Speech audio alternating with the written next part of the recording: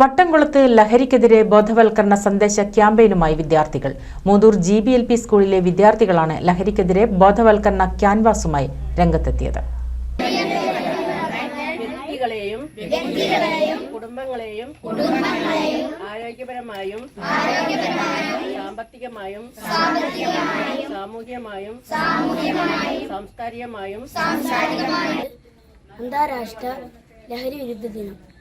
അതിനാലായി നമ്മുടെ ലഹരി ഉപയോഗം നിർത്തണം. അതിനായി ഞങ്ങൾ ഇവിടെ ഒരു പരിപാടി നടത്തി അതിൽ ഞങ്ങൾ പങ്കെടുത്തു. ലഹരിക്കെതിരെയുള്ള സന്ദേശങ്ങൾ ക്യാൻവാസിൽ വിദ്യാർത്ഥികൾ ഓരോരുത്തരായി എഴുതുകയും ഒപ്പം ജനപ്രതിനിധികളും ആരോഗ്യ പ്രവർത്തകരും സന്ദേശങ്ങൾ എഴുതി. പാലപ്ര ജനകീയാരോഗ്യ കേന്ദ്രത്തിൽ സംഘടിപ്പിച്ച ക്യാമ്പിൽ ആരോഗ്യ standing committee chairman in charge Akbar Panachikkal ഉദ്ഘാടനം ചെയ്തു. പഞ്ചായത്ത് അംഗം ശ്രീജ പാറക്കൽ അധ്യക്ഷത വഹിച്ചു.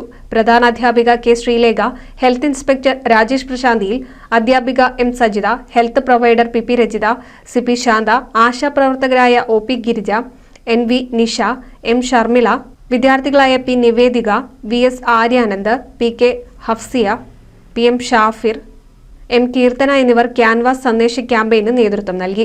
ലഹരിവിരുദ്ധ ദിനാചരണ പരിപാടിയുടെ ഭാഗമായി പാലപ്ര ജനകീയാരോഗ്യ കേന്ദ്രത്തിന്റെ നേതൃത്വത്തിലാണ് പരിപാടി സംഘടിപ്പിച്ചത്. ലഹരിവിരുദ്ധ പ്രതിജ്ഞാവാചകം മുൻ പഞ്ചായത്ത് പ്രസിഡന്റ് ശ്രീജ പാറക്കൽ ചൊല്ലിക്കൊടുത്തു. NCV news Edappal.